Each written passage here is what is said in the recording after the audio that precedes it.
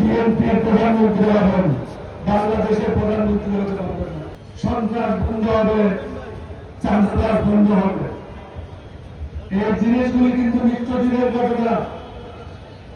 মাননীয় প্রধানমন্ত্রীকে বলবো, আপনি যখন বিভিন্ন পদে যাকে পদায়ন করেন তার 20 বছর আগের ইতিহাস ঘেটে দেখবেন, কিভাবে সে দুর্নীতি করেছে,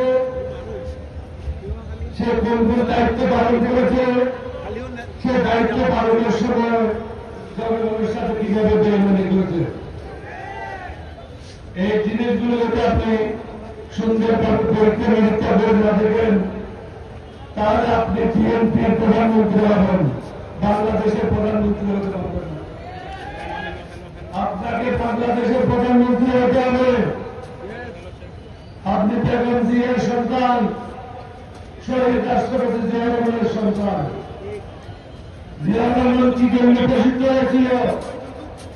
I, Major Zia, declared myself as a provisional head of the state.